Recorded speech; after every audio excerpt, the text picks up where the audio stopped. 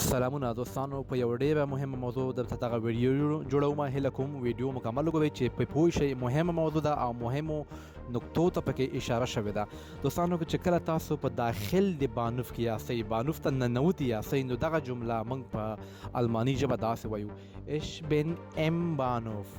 اش بن ام بانوف مطلب زه په بانوف کې د اورګاډي په سټیشن کې یم، داخل کې یم، ننوتی یم بانوف ته.